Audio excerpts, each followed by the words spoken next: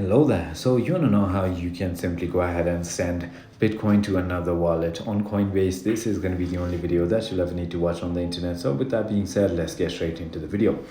So to send Bitcoin from Coinbase, all you need to do is firstly log in into your account and then head into your send and receive tab or just send crypto section. Simply select BTC or Bitcoin as the asset you want to send and then enter the recipient by pasting their Bitcoin wallet address into in the to field or by using their phone number or email if sending to another Coinbase user.